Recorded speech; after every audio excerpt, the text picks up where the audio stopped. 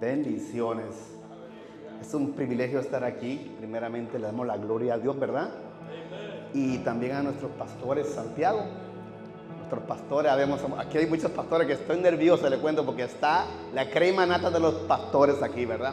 También veo una hermanita aquí presente. Bienvenida, hermanita, esta noche. Bienvenida a la casa, a la iglesia Sin Límites.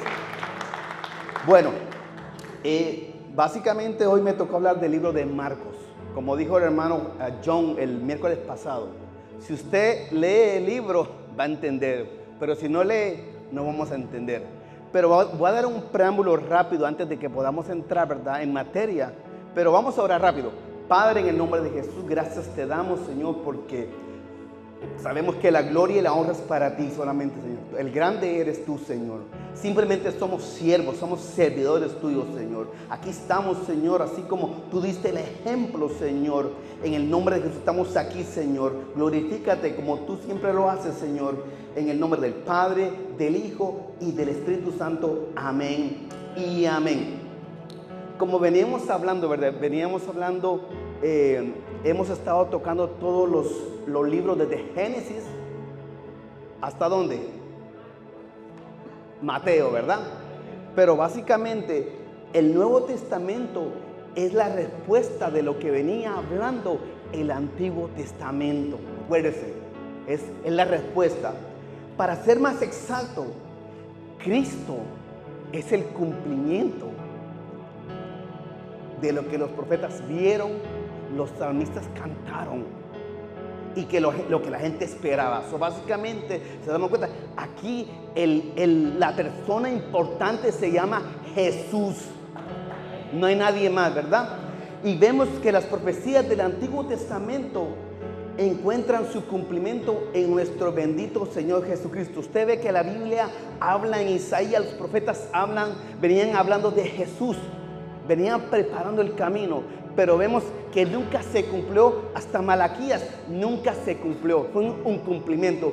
Pero vemos en Mateo en adelante se está cumpliendo, y los libros que vamos a ver en Marcos se está cumpliendo lo que los profetas un día dijeron, ¿verdad? Básicamente hoy vamos a ver una forma sencilla cómo el Evangelio de Marcos nos muestra a Jesús como siervo y salvador. Como siervo y salvador. Algo bien importante vemos aquí. Número uno, como dijo el hermano John, el autor, Dios.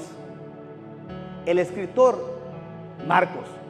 Pero algo bien importante debemos de entender antes de seguir el libro de Marcos. Mateo le habla a los judíos, ¿verdad? Y acuérdense que en Mateo, el libro de Mateo presenta a Jesús como rey. A los suyos vino, mas los suyos no lo recibieron, ¿verdad? Por eso usted ve Mateo cómo habla su forma de hablar, porque le está hablando a los judíos. Él vino específicamente, como decía el hermano John también, como dice la Biblia, específicamente a los judíos, nadie más, ¿verdad? Entonces vamos a entrar ahora. Marcos su nombre era Juan Marcos. Juan era judío. Era Juan Marcos, pero Juan era su nombre judío. Marcos era su nombre romano. Porque se cree que él anduvo con Pedro y Pedro fue el que discipuló a Marcos. Entonces usted ve el lenguaje que utiliza Marcos, básicamente es como de acuerdo a la jerga que se está hablando. Por ejemplo, usted no le puede hablar a una gente de un cierto país de algo, sino tiene que ser, si usted le va a hablar a un colombiano, tiene que hablar como colombiano porque no va a entender. En este caso, Marcos utiliza el término porque le está hablando a los romanos cristianos. Estos romanos eran perseguidos. Pero vamos a entrar rapidito en materia. Simplemente usted ve, hay 4 libros, los evangelios: Mateo, Marcos, Lucas y Juan. Ellos básicamente hablan de lo mismo, el propósito, pero con diferentes formas de estilos. Usted ve que Mateo le habla a los judíos y Marcos, fue lo que me tocó, le habla a los romanos. Y usted ve algo bien importante que me llamó la atención, fue que son los primeros 3 libros, Mateo, Marcos y Lucas, que se le llaman los libros sinópticos. No sé si había escuchado esa palabra, libros sinópticos. Quiere decir que ellos hablaban a diferentes personas, pero con un mismo propósito. Y la palabra sinópticos proviene del griego sin, juntos, y ops, vista, que significa ver juntos o una visión conjunta. Básicamente Mateo, Marcos y Lucas, pero me voy a quedar en Marcos, perdón, porque todavía no me toca Lucas, le está hablando de una manera diferente. Básicamente usted ve en el contexto bíblico, Marcos y Lucas y Juan representan a Cristo en su forma número 1. Usted ve la vida, la enseñanza, los milagros, la muerte y resurrección de Cristo, solo con diferentes puntos de vista diferentes. Mateo y Marcos, ¿verdad? Y usted ve que Marcos era un compañero de Pedro, como le dije ahorita, ¿verdad? Y Marcos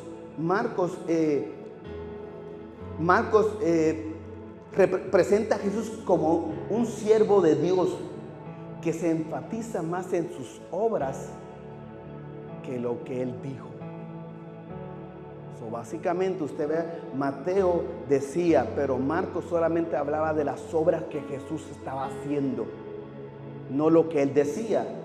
Marcos presenta lo que Jesús hizo y no lo que dijo. Y algo bien importante que me llama la atención es que Marcos, usted ve, cuando usted lee Marcos, no hay genealogía de Jesús. Tampoco habla del nacimiento de Jesucristo, a diferencia de Mateo. ¿Por qué? Porque su mensaje era diferente, su mensaje era más directo. Y usted ve algo bien importante aquí. Marcos, cuando usted lee Marcos, en un solo capítulo, habla lo que Mateo lo hizo en 8 capítulos. Básicamente Mateo del 1 a 8, Marcos lo resume en un solo capítulo. Y les digo algo bien importante. Yo soy de las personas que muchas veces le doy vueltas al asunto. Pero hay hermanos, perdona que ponga ejemplo, como el hermano Wilmer, que él va directamente al grano, al pan y al vino, dice él. Y es como Marcos. Entonces, Marcos, ve aquí algo bien interesante que me gusta, porque Marcos no le da vuelta al asunto. Básicamente, por eso usted ve que solamente habla de las obras y no lo que dijo. Y el mensaje central de este libro de Marcos es Marcos 10:45. Porque el Hijo del Hombre no vino para ser servido, sino para servir y dar su vida en rescate por muchos.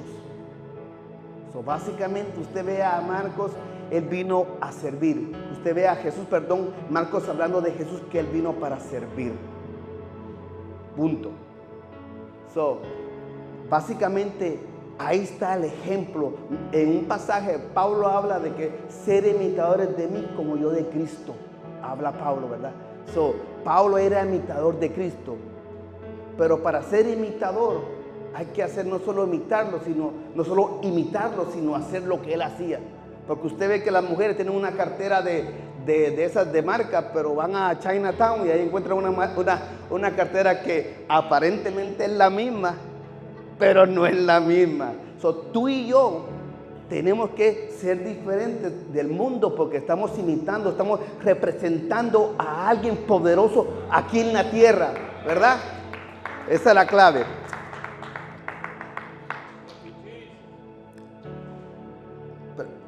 A lo largo del Evangelio de Marcos vemos a Jesús sanando, enseñando y sirviendo. Y algo que me encanta es sirviendo, pero sin buscar fama. Nunca buscó fama, porque no era el momento todavía. Usted ve que él sanaba, enseñaba, servía, y usted ve que él iba a las viudas, a los leprosos, hacía, y siempre se mantuvo callado, nunca se exaltó. Que eso no te pase a ti ni a mí, que nos exaltemos cuando estemos haciendo algo para el Señor. Porque aquí el grande se llama Jesucristo, no se llama David Ochoa ni nadie más, ¿verdad? Seguimos. En el Evangelio de Marcos presenta a Jesús como una afirmación poderosa. Algo que me encanta aquí en el Evangelio de Marcos. Marcos afirma algo bien importante. Cuando usted lee ve el capítulo 1 de Marcos dice el evangelio de Jesucristo, ¿hijo de quién? De Dios. Y usted sigue leyendo. Isaías dice, voz del que clama en el desierto. Isaías había profetizado de Jesús y se está cumpliendo en Mateo. Y seguimos y vemos en el mismo capítulo 1, usted ve a Juan el Bautista. Dice él, hay uno que es más grande que yo, que ni siquiera soy digno de desatar la correa, ¿verdad? Él está afirmando de que también había uno más grande. Y cuando usted ve que Juan el Bautista está bautizando a Jesús, dice que vino una paloma del cielo y que dijo, hay una voz que se escuchó y dijo, este es mi hijo en el cual tengo contentamiento. Básicamente, solo en Marcos capítulo 1 encontramos 4 voces que afirman quién era Jesús. Asimismo, así como Jesús fue afirmado, tú y yo debemos de estar claros cuál es nuestro propósito. Nuestro propósito y servicio, primeramente con Dios y con la iglesia y afuera de la iglesia. Acuérdate una cosa, tú y yo tenemos un propósito. Somos llamados para este tiempo, ¿verdad? Hay un propósito en tu vida. No importa en qué situación tú estés pasando, no importa qué problemas tú tengas, pero hay un propósito y es necesario que pasemos este propósito, porque usted ve después que Jesús fue bautizado, dice que fue llevado en el Espíritu, pero también fue tentado. No se preocupe, Él fue tentado, pero también la Biblia dice, en el mundo tendréis aflicciones, pero confiad que Él venció. O sea, ¿quién? Jesucristo venció ya, pero es necesario que pasemos esas situaciones. Bueno, seguimos. Usted ve que algo bien importante es cuando dice que fue en el capítulo 12 de Marcos, habla que dice que fue impulsado, y fue llevado y fue tentado. Ese impulso él fue obediente porque sabía cuál era su propósito. Usted ve que les hablé de que les hablé al principio que hablé que él habla de la vida de él, pero al final dice la resurrección de él. Sabía cuál era su final, ¿verdad? Pero era necesario que él pasara eso, ¿verdad? Seguimos. Básicamente nosotros tenemos siempre que obedecer al Espíritu Santo. Cuando el Espíritu Santo, no sé, muchas veces el Espíritu Santo les ha puesto algo en su corazón, tenemos que ser obedientes. Porque acuérdense que el Espíritu Santo fue dejado, Jesús dijo, me voy pues, pero les dejaré al Espíritu, al Consolador. Seguimos. Así como Jesús obedeció, nosotros debemos obedecer para crecer espiritualmente y para estar listos para el propósito que Dios tiene para ti y para mí. Tenemos que estar listos, ¿verdad? Y vemos algo bien importante en el capítulo 1 de Marcos 14 al 8, al capítulo 8 de Marcos, vemos todo lo que Jesús hizo, ¿verdad? Vemos sus milagros, vimos cómo Él tenía el poder. Usted ve que Jesús tenía el poder sobre la naturaleza, tenía el poder sobre los enfermos, tenía el poder sobre los demonios, tenía el poder sobre la muerte. Usted ve en esos capítulos, usted ve el poder, pero aún haciendo Él, sanando, haciendo todo lo que tenía que hacer, se mantuvo siempre humilde, se mantuvo siempre ahí. Y muchas veces usted ve que Jesús tuvo oposición. En Marcos usted ve que Jesús tuvo oposición. ¿De quién tuvo oposición? ¿De los fariseos? de los escribas, de los maestros de la ley. De ellos tuvo oposición. Muchas veces tú y yo vamos a tener oposición muchas veces, tal vez de la familia, tal vez de un amigo, tal vez de algo, pero eso nos ayuda a que nuestra fe se activa y creamos más en Cristo, ¿verdad? Esto es necesario, por eso, pero no se preocupe, así como Jesús tuvo oposición, es necesario que tú y yo también tengamos oposición también, porque eso nos ayuda a formar nuestro carácter y creer más en Él.